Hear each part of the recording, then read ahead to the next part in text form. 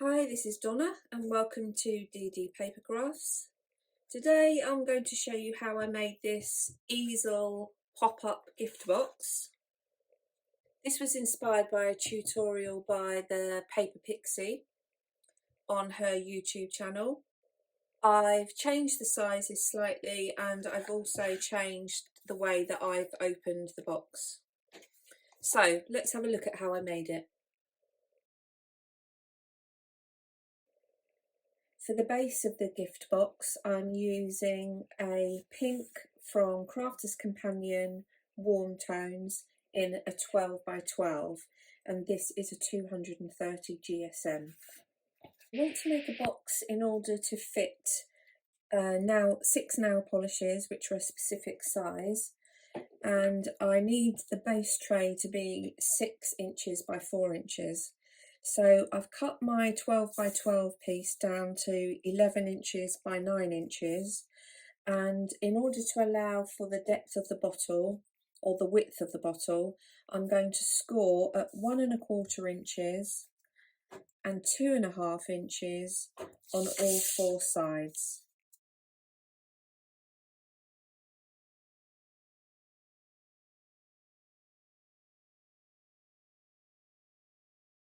And that's going to leave me with a middle tray with 4 inches by 6 inches dimension.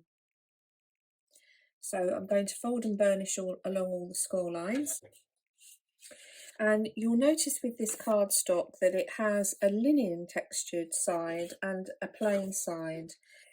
And what I'm going to do is I'm going to fold in towards the linen side. And the reason that I'm doing that is because I've found, and it's purely my personal opinion, that if I fold the other way and score against the linen side, I end up with cracking.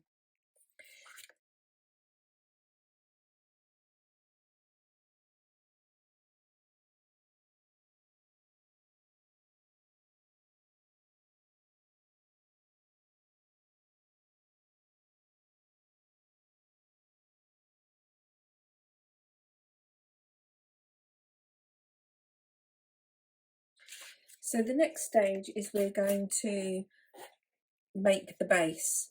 So we're going to cut away 3 of the outer corners,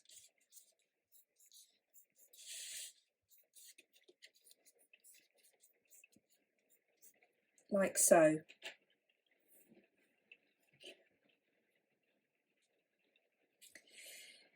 Now, one thing I would say is if you're having an odd shaped tray, i.e. not a square tray, you want to think about whether you want your tray to pull out this way or this way.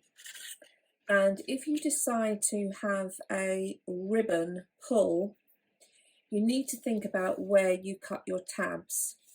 And I'll show you on an example. So on this example, just as another way to show you how you can create the tray, I've added the ribbon to the inner on the tape. The ribbon then comes around the front, and it's this which is then used to pull the tray open. The ribbon will then be further secured by the fact that these tabs will come in and this section will be adhered inside like so. So that's an alternative to the method which I have done with the Glitz and Glam example. So I've prepared my base and cut away all of my additional tabs. I'm now going to decide which way my tray is going to pull. So i.e. is it going to pull this way or is it going to pull this way? And I would like the tray to pull this way. So we're going to flip it over, and on the 2 sections here we're going to add our decorative paper, which will be shown at either end of the tray. So for this I'm going to use paper from the Glitz and Glam pack. This is from craftstash.co.uk and it's from the Made to Surprise by Sam Calcott brand.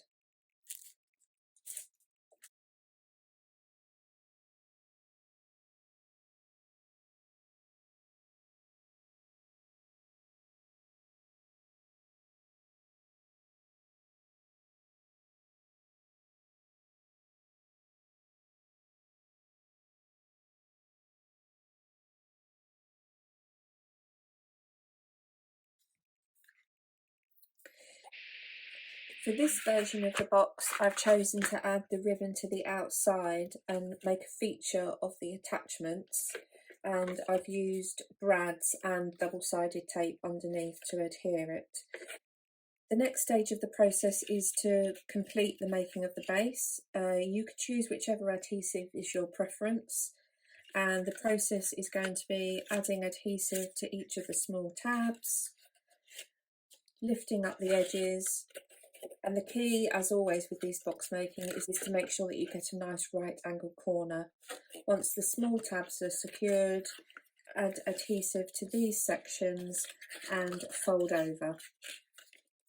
So I'm going to do that now and just put it on fast forward. And for added strength, my chosen adhesive is going to be construction glue.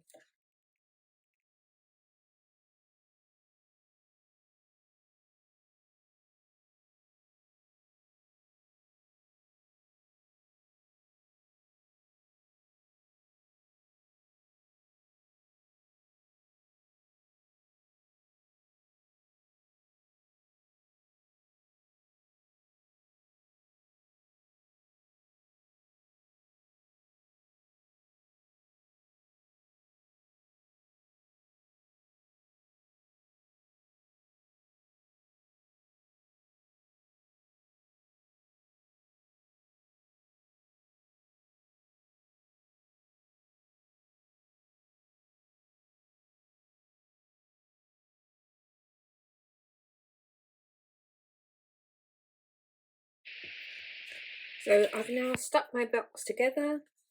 I've added my pull mechanism to the front of the box, and I've just added a piece of pink metallic card into the base of the box, just for an added feature and to add some strength to the base. So I have used my Kalal all-purpose adhesive to add this. For the outer cover, I've chosen a slightly darker shade of pink, and mine piece measures 11¼ by just under 6 1/8. I've scored at 2 7/8 on the notch between 4 and 4 1/4, on the notch between 8 and 8 1/4, and then at 9 1/2. Now, I would recommend, rather than using my measurements, I would recommend actually taking your card and wrapping it around and marking where your score lines are going to be, and then use that as your measurement, because the way we construct the card, the different thicknesses of card, etc., etc., the covers are all going to be slightly different. So yours may be roughly the same size, but I would recommend taking your cover piece and wrapping it around and pinching, because you want the drawer to be able to slide in and out freely, like so. So I'm now going to cut 3 pieces of decorative paper, which are going to go onto these side panels and are going to cover this central paper here.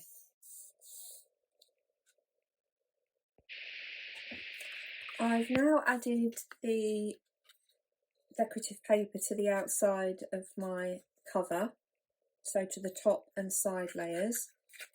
And now what we're going to do is add the aperture for our slider mechanism. So you can either cut this by hand, and you can choose whatever size aperture you want. I'm going to use a rectangle nesting die, and measures 2 3/4 inches by approximately 4 3/4 inches.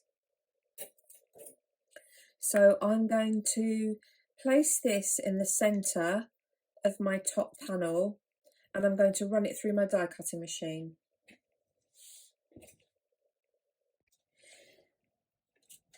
The calculations for the slider mechanism are as follows. The width needs to be slightly narrower than the aperture that you've cut into the front of the card. because it needs to have room to move backwards and forwards. The length of the slider mechanism needs to be the depth of the box, which in my case is 1¼ inches, plus the length of the box, which in my case is 6 inches. Therefore, my piece measures 7¼ inches long. I have scored at 1¼ inches, 3 7/8, and 6½. And if I show you what's going to happen, it might make it slightly easier. So along the first score line, the 1¼ inch, that's going to be a mounting fold. The middle section is going to be a mounting fold. And then the final section is going to be a valley fold. Now the first thing that's going to happen if we fold over our outer cover is our slider mechanism is going to start by sitting in the middle of the aperture here. Your score line will be just beyond the cut line of the aperture, and the edges will line up like so. So if we flip that over, we can just see the score line on the other side. So I'm going to add wet glue in this section.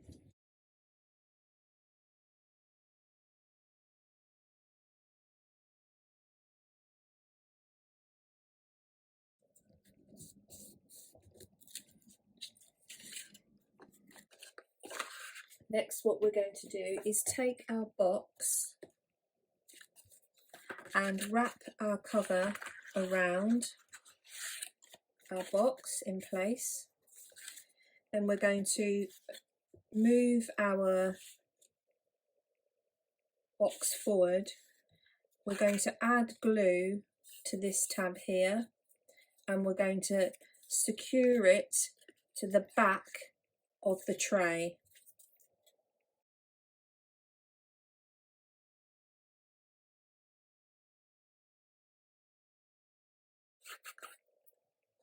We now need to set that aside to dry thoroughly, but you can see what will happen is as we open and close the tray, once that's secured, that'll move easier. The slider mechanism moves backwards and forwards.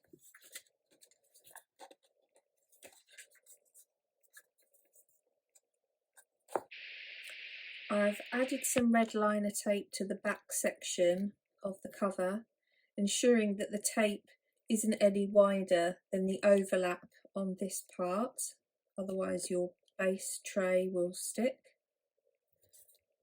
And I'm now going to